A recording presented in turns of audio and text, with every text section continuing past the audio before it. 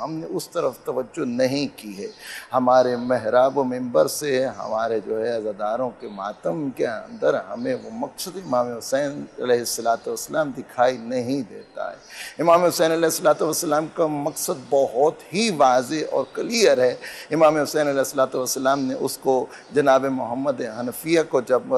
مکہ چھوڑ رہے تھے تو تب انہوں نے کہا تھا انما خرجت لطلب اصلاح امت جدی رسول اللہ، کہ میں ایسے نہیں نکل رہا جاؤ حشم کے لیے، میں ظلم زیادتی کے لیے نہیں نکل رہا، میں حکومت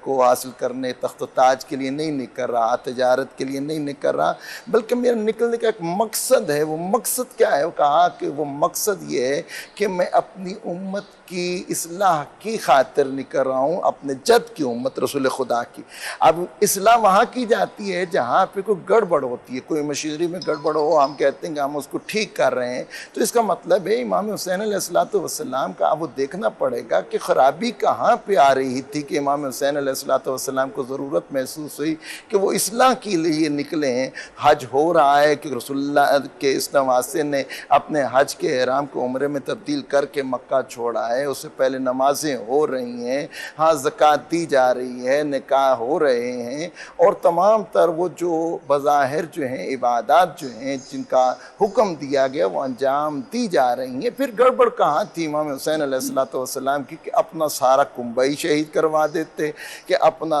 آپ بھی جو ہے اس کا اللہ کے حضور جو ہے وہ اس مقصد کی خاطر جو ہے وہ قربان کر رہے ہیں۔ تو پھر یہاں پہ ہمیں سمجھنا پڑے گا کہ ہر چیز باقی تھی، حج تھا، لا الہ الا اللہ محمد رسول اللہ پڑھا جا رہا تھا، زکوٰۃ دی جا رہی تھی، ہاں صدقہ خیرات دیے جا رہے تھے، نکاح پڑھے جا رہے تھے، لا الہ الا اللہ محمد رسول اللہ والے اذانیں چل رہی تھیں، ہاں ہر طرف تکبیریں ہو رہی تھیں، ذبح ہو رہے تھے، لیکن روح عبادت ختم ہو چکی تھی۔ امام حسین علیہ السلام نے ان چیز کو دیکھ لیا تھا کہ جس طرف جو ہے اسلام کے اوپر جو سب سے بڑا ظلم ہوا اور زیادتی اور انتہا کا وقت آیا وہ اور ستم ظریفی تھی، وہ یہ تھی کہ جو بدترین شخص تھا، ہاں انسانیت میں سے بھی اگر سب سے کوئی گھٹیا شخص تھا، وہ اس منبر پہ بیٹھ گیا تھا جس کے اوپر رسول اللہ خود تشریف فرما ہوتے تھے، جس کے اوپر اصحاب کرام جو ہیں وہ تشریف فرما ہوتے تھے، جہاں پہ اسلام کو عزت ملی تھی،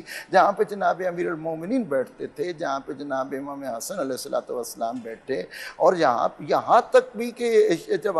یہ حاکمیت کی طرف جو ہے اسلام جو ہے وہ گیا ہے، یہ منبر جو ہے، تو وہاں پہ جو خلیفہ جو ہیں حضرت معاویہ بھی اگر بیٹھے ہیں تو کسی حد تک قابل قبول تھا کہ ہاں جی اسلام کی کوئی نہ کوئی شکل باقی تھی، لیکن اب اس منبر پہ وہ شخص بیٹھا ہوا تھا کہ جس نے نماز کا انکار کیا تھا، جس نے روزے کا انکار کیا تھا، جس نے حج کا انکار کیا تھا، جو قرآن کا انکار کر رہا تھا، قرآن کی آیات کا انکار کر رہا تھا، جو قرآن کی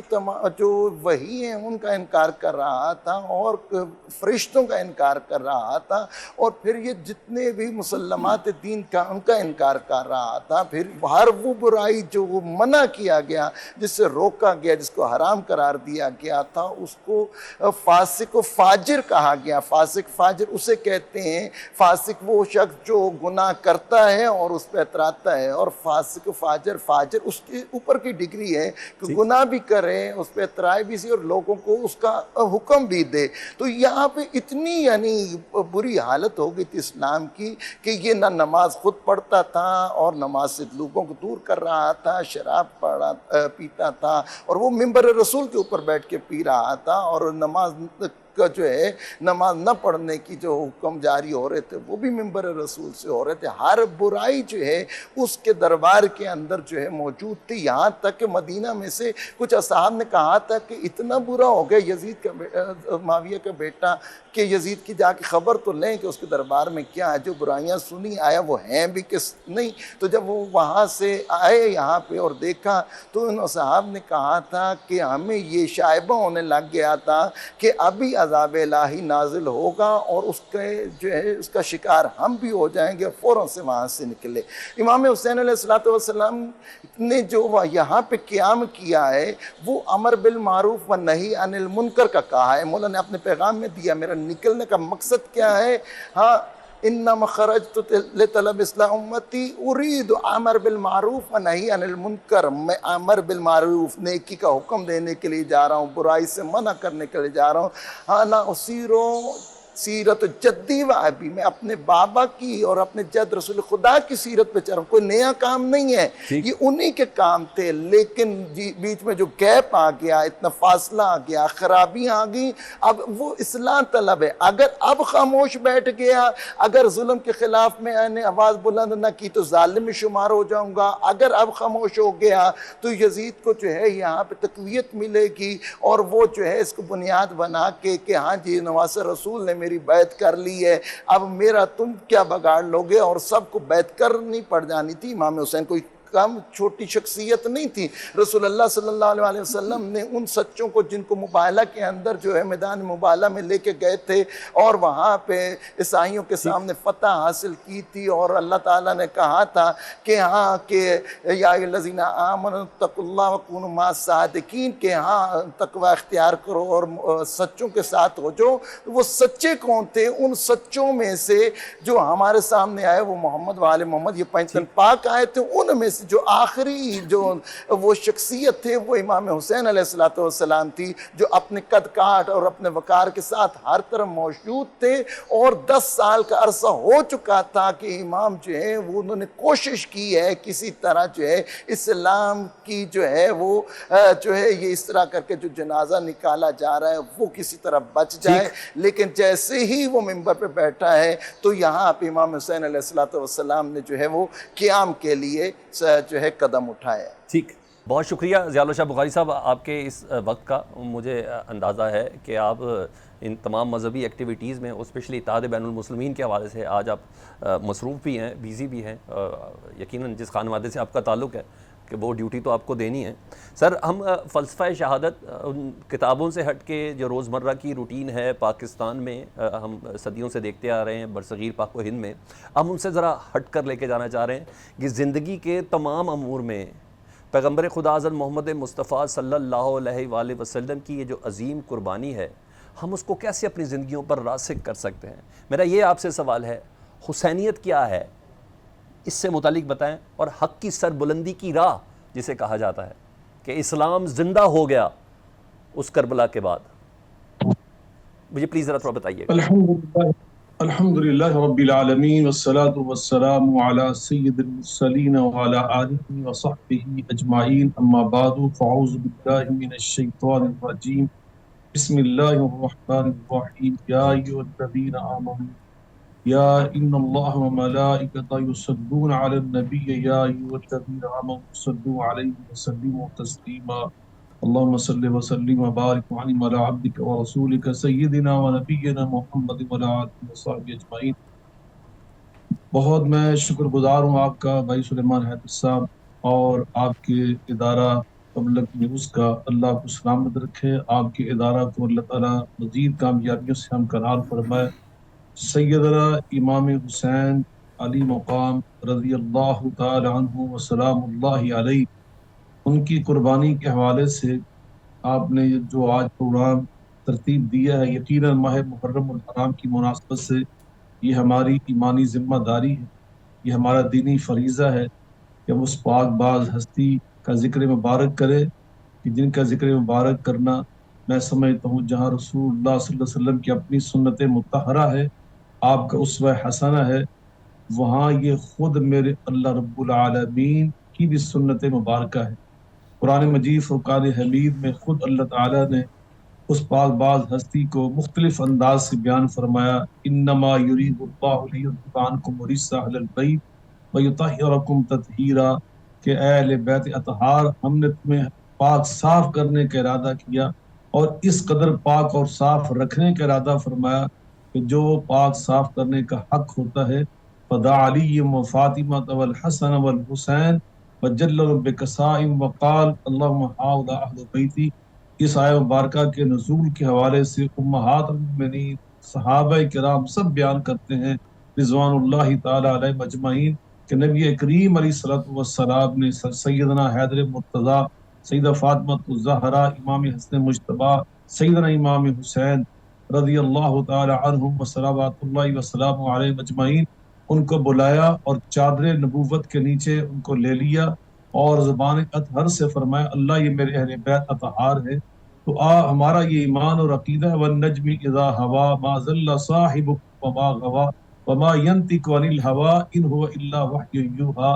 میرے نبی کریم علیہ السلام اپنی مرضی سے بولتے نہیں ہیں، حالانکہ میرے نبی پاک کی مرضی کے بارے میں بھی ہمارا ایمان اور عقیدہ یہ کہ آپ کی مرضی اور آپ کی منشا بھی دین ہے، آپ کی مرضی اور منشا بھی پاکیزہ ہے، آپ کی مرضی اور منشا بھی شریعت ہے، مگر اس کے باوجود اللہ قسم اٹھا کر واضح کر رہا جب میرے پیغمبر کوئی کام کرتے ہیں یا فرماتے ہیں وہ اللہ کی وحی سے ہوتا ہے، وہ دین ہوتا ہے، وہ شریعت ہوتی ہے، تو یقینا حضرت امام حسین علی مقام کا اہل بیت میں ہونا یہ رسول اللہ صلی اللہ علیہ وسلم نے زبان اطہر سے واضح کر دیا، تو گویا اللہ تعالیٰ نے ابھی مبالغہ کی آیہ مبارکہ میرے ساتھی پڑھ رہے تھے اس کی تفسیر بیان کر رہے، تو یقیناً جگہ جگہ پہ اللہ تعالیٰ نے سیدنا امام حسین کا جو ذکر کیا ہے، تو جہاں تک آپ کی شہادت کا معاملہ ہے قل ان صلاتی و نسکی و محیای و مماتی للہ رب العالمین، ایک عام مومن کا جو طرز زندگی ہے یقیناً وہ نبی پاک صلی اللہ علیہ وسلم کی سنت مطہرہ پہ عمل کرنے کی برکت سے اور سیدنا خلیل اللہ علیہ السلام کے نقش قدم پر چلنے کی برکت سے اللہ پاک نے خود قرآن مجید میں فرمایا وہ یہ ہوتی کہ اس کا سب کچھ،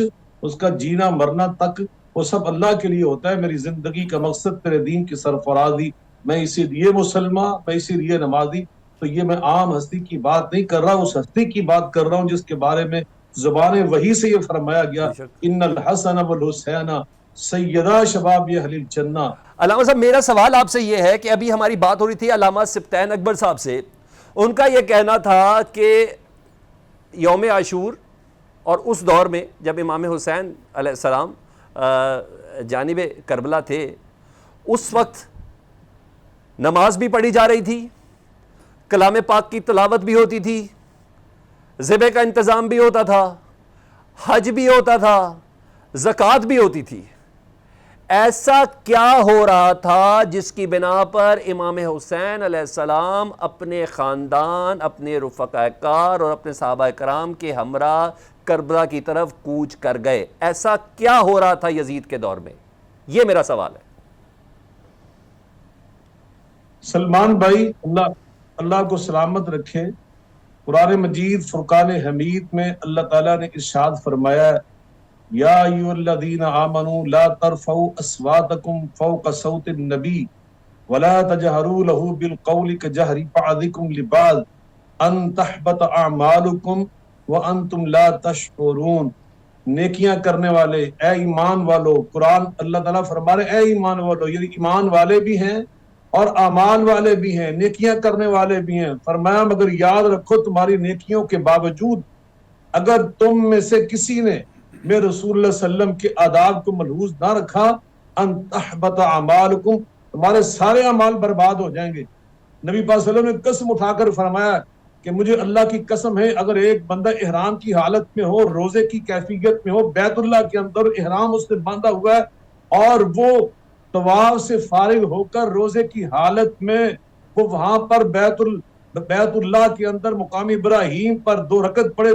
تحیت الطواف کی اور اسی کیفیت میں اس کی جان نکل جائے تو فرمایا مگر وہ مبغض لأہل بیتی، اس کے دل میرے اہل بیت کا بغض ہو تو میں اللہ کی قسم اٹھا کر کہتا ہوں وہ جنت میں نہیں جائے گا، وہ جہنم میں جائے گا۔ جو نبی پاک کے آداب کو ملحوظ نہ رکھیں، رسول اللہ کی سیرت مبارکہ کے تقاضے ملحوظ نہ رکھیں، نبی پاک صلی اللہ علیہ وسلم کی اسوہ حسنہ کو وہ چھوڑ دیں، اللہ قرآن میں فرما رہے وَمَن يُشَاقِقِ الرَّسُولَ مِن بَعْدِ مَا تَبَيَّنَ لَهُ الْهُدَىٰ وَيَتَّبِعْ غَيْرَ سَبِيلِ الْمُؤْمِنِينَ نُوَلِّهِ مَا تَوَلَّىٰ وَنُصْلِهِ جَهَنَّمَ وَسَاءَتْ مَصِيرًا۔ اللہ تعالیٰ قرآن میں پاک فرماتے ہیں جو میرے محبوب کے طرز زندگی سے ہٹ جائے وہ کچھ بھی ہو ہم اسے جہنم میں ڈال دیتے ہیں۔ تو ابھی جو ہم آج یزید سے، اس کی حکومت سے، اس کے جو کارندے تھے شمر جیسے، ہم اسے نفرت جو کرتے ہیں بنیادی طور پہ آج مسلمان تو اس لیے کرتے ہیں کہ حضرت امام حسین کے قاتل ہیں، انہیں حضرت امام حسین کے خانوادے پہ ظلم کیا، اور لیکن مسئلہ تو یہ کہ حضرت امام حسین جب اس کے خلاف اٹھے،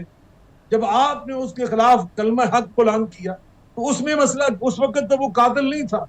تو ہمیں یہ مسئلہ سمجھنا چاہیے، اس بات کو اپنے ذہن نشین کرنا چاہیے کہ حضرت امام حسین جیسی ہستی وہ عام انسان نہیں تھے، وہ عام ہستی نہیں، وہ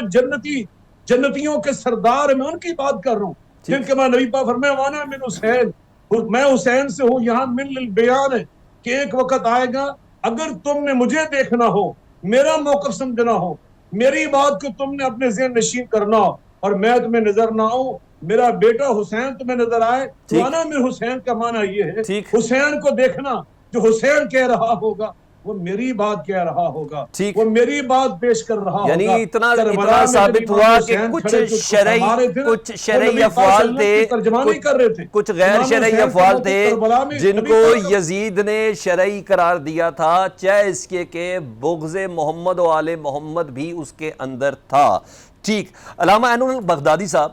مجھے ایک خطبہ یاد آیا، وہ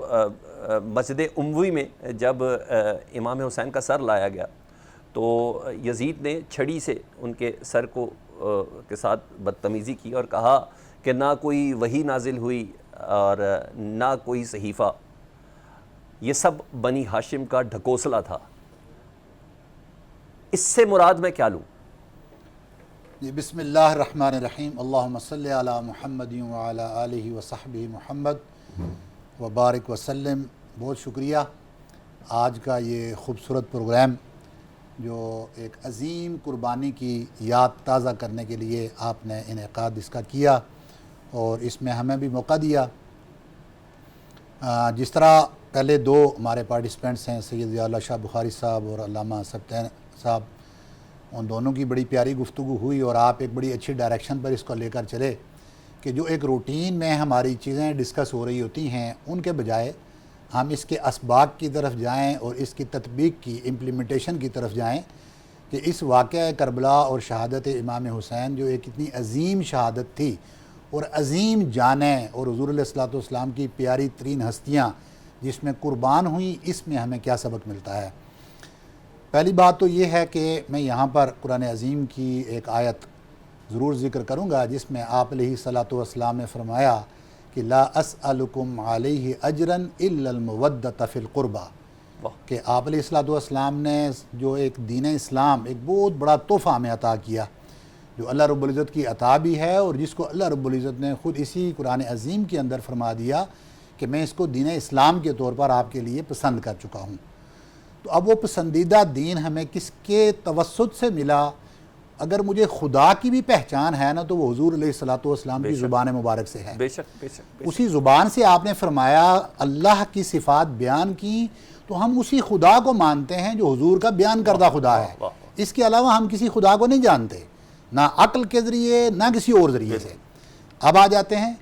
کہ اہل بیت اطہار کا مقام و مرتبہ، وہ بھی ہم حضور علیہ الصلوۃ والسلام کی زبان اقدس سے ہی جانتے ہیں کہ جس زبان سے آپ نے دین بیان کیا، جس زبان سے آپ نے اللہ کی عظمت بیان کی اور ہم اس کے آگے جھک گئے، جس زبان سے آپ نے قرآن بیان کیا اور ہم مان گئے کہ یہ قرآن ہے اور یہ دستور حیات ہے، اسی زبان سے آپ علیہ الصلوۃ والسلام نے اہل بیت اطہار کی مودت اور محبت کو بیان کیا، اور آپ علیہ الصلوۃ والسلام نے اس دین اسلام کے لیے جتنی قربانیاں دی زندگی کے اندر، کبھی ان کے اوپر کسی بدلے کی بات نہیں کی۔ اگر بات کی تو صرف ایک کہ میں کسی اجر کا محتاج نہیں، ہاں میں اے امت آپ سے اپنی آل کی، اپنے اہل بیت اطہار کی محبت اور مودت چاہتا ہوں۔ یہ جو مودت ہے یہ لفظ بڑا باریک اور بڑا لطافت والا ہے، اس کے اندر ماں جیسی ممتا اور نرمی ہے کہ آپ نے جب اہل بیت اطہار کے ساتھ ڈیلنگ کرنی ہے، بات کرنی ہے، تو اس وقت آپ نے بڑی نرمی اختیار کرنی ہے۔ اب یہاں اگر میں اس کو امپلیمنٹ کروں کہ ایک طرف ہم نے کیا کیا کہ حضور علیہ الصلوۃ والسلام کی زبان سے ہم نے سن لیا کہ اتنی محبت ہو اور اتنی مودت ہو کہ جیسے روئی کے گالوں کے اندر کوئی لپٹا ہوا ہو کہ اس کو تکلیف نہ ہو سکے، اور دوسری طرف یہی امام حسین علیہ السلام ہیں کہ جن کے بارے میں حضور فرماتے ہیں یہ مجھ میں سے ہے اور میں اس میں سے ہوں، اور وہی امام حسین ہے کہ مسجد کے ممبر پر خطبہ فرما رہے ہیں۔ ارشاد امام حسین چھوٹے بچے تھے، آپ تشریف لا رہے ہیں، لڑکھڑاتے ہوئے قدم لڑکھڑایا اور گر گئے، بہت بچے تھے، ابھی چلنے کی پوزیشن میں پراپر نہیں ہوئے تھے، آپ ممبر سے نیچے اترے خطبہ چھوڑ کر جمعہ کا، اور آپ نے آ کر آپ کو اپنی آغوش میں لیا اور ممبر کے اوپر گئے۔ اب اس سے آپ اندازہ کر سکتے ہیں اس طرح کی ہزار حدیث مبارکہ اچھا اینول بغدادی جن صاحب، میں مجھے ایک جملہ اس کی مجھے تشریح آپ کے اسی ٹاپک میں چاہیے. حسین مجھ سے ہے اور میں حسین سے ہوں. جی یہ اتنا وزنی جملہ ہے. وزنی جملہ بے شک. اب اسی میں عرض کرتا ہوں نا تاکہ وہ سیکوینس جو آپ نے پہلے بات کی تھی وہ میری رہ نہ جائے، اس کے لیے یہ تمہید بنائی ہے پلیز. کہ وہ حضرت امام حسین امام علی مقام جن کی محبت مودت اتنی حضور علیہ الصلوۃ والسلام کے پاس موجود ہے، اور آپ جن کو جنت کے نوجوانوں کا سردار ٹھہرا رہے ہیں، وہ امام حسین علیہ السلام ان کو تکلیف دینے کا یہ عالم ہو کہ آپ کو بے دردی سے پورے قافلے کے ساتھ وہاں شہید کر دیا جائے، وہاں عورتوں اور خیموں کو جلا دیا جائے، اور عورتوں کو کس طرح اکٹھا کر کے اور ظلم کے انداز میں جس کو بیان ایک انسان نہیں کر سکتا اس کو واپس دمشق لایا جائے. اور پھر یہی نہیں، آپ کے سر انور کے ساتھ جس طرح آپ نے کہا کہ وہ ایک چھڑی کے ساتھ آپ کے ہونٹ مبارک جن کو حضور علیہ الصلوۃ والسلام جن کا بوسہ لیا کرتے تھے، اور ان کو ٹچ کر کے اس طرح کے جملے ادا کرنا، اس سے بڑی اذیت حضور علیہ الصلوۃ والسلام کے لیے کیا ہو سکتی ہے. اور جو شخص حضور علیہ الصلوۃ والسلام کو اذیت دینے والا ہو، کہ جب اللہ رب العزت قرآن میں فرماتا ہے کہ آپ نے حضور علیہ الصلوۃ والسلام کو جس طرح آپس میں ایک دوسرے کو آواز دیتے ہو، ایسے آواز بھی نہیں دینی کہ کہیں آپ کا ایمان ختم نہ ہو جائے. وہاں حضرت امام حسین امام علی مقام علیہ الصلوۃ والسلام کو اذیت دینے والا کیا کسی ایمان کے اندر باقی رہ گیا؟ وہ ملعون شخص جس کے اوپر پوری کائنات کی ہزار لعنتیں ہیں، اس شخص نے جب یہ حرکت کی تو گویا کہ اس سے ہم نے دو نتائج اخذ کر لیے کہ امام علی مقام نے ایسے جابر ظالم حکمران کے سامنے کہ جس نے اسلام کے بنیادی احکام کو پامال کر دیا، اور اسلام کی وہ اصل سلطنت، وہ خلافت جس کو حضور علیہ الصلوۃ والسلام نے اپنی زندگی کے اندر پریکٹس کیا، اور خلفائے راشدین نے حضرت ابوبکر صدیق رضی اللہ عنہ، حضرت عمر رضی اللہ تعالیٰ عنہ، حضرت عثمان غنی رضی اللہ تعالیٰ عنہ، اور حضرت امام علی علیہ الصلوۃ والسلام، آپ نے جس کو پریکٹس کیا، آج آ کر اس کو پامال کیا جا رہا ہے، اور اس خلافت کی شیپ کو بدلا جا رہا ہے، اس خلافت کو ملوکیت میں بدلا جا رہا ہے. اور آج وہ شورا کے نظام کو چھوڑ کر ایک ایسے ملعون شخص کے ہاتھ میں عنان حکومت دی جاتی ہے کہ جو آ کر اہل بیت اطہار کی اس حد تک بے حرمتی کرتا ہے. تو ایسے شخص کے سامنے کھڑے ہو کر امام علی مقام نے ہمیں یہ پیغام دیا ہے کہ آپ بھی جب اسلام کی بنیادی اقدار کو پامال ہوتا دیکھیں تو اپنا حق ادا کریں. آج اگر ہم امام حسین کے ان کے لیے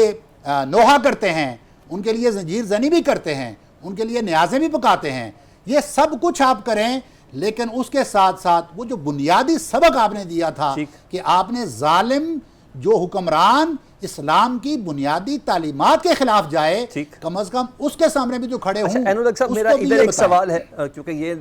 یہ پروگرام ترتیب ہی نوجوانوں کے لیے دیا گیا ہے، یا نو عمر لوگوں کے لیے ترتیب کیا گیا ہے. بڑے بزرگ اگر کچھ بہتر سن لیں گے تو ہمیں اور آپ کو دعائی دے دیں گے. وہ کہتے ہیں نا کہ کیا تماشا ہوا اسلام کی تقدیر کے ساتھ، قتل شبیر ہوا نعرہ تکبیر کے ساتھ. وہ تمام پیغامات بھول گئے جب امام حسین ان کا خاندان سامنے آیا. وہ معمولی لالچوں کے اندر آ گئے. انہوں نے یہ بھی نہیں دیکھا کہ قرآن پاک نے آیت تطہیر نازل کی، پیغمبر خدا نے جا بجا احادیث نازل کی امام حسن سے متعلق، امام حسین سے متعلق، اپنے خانوادہ سے متعلق. ایسا کیا تھا؟ بیسیکلی یہ میرا سوال ہے، یہ بچے جوان جاننا چاہتے ہیں ایسا کیا ہوا. آپ نے جو خلافت پر آنے کے بعد جو پہلا جملہ تھا آپ کا وہ سن لیں، میرے خیال ترہ امتیاز ہے پلیز، اور یہ مشعل راہ ہے ہم سب کے لیے. آپ نے فرمایا اپنا پہلا ہی خطاب کرتے ہوئے کہ اگر میں اللہ کے احکام کی پاسداری کروں تو آپ میری اتباع اور فرمانبرداری کریں، اور میں اللہ کے احکام کی تابعداری میں نہ ہوں تو آپ کے اوپر میری تابعداری فرض نہیں ہے.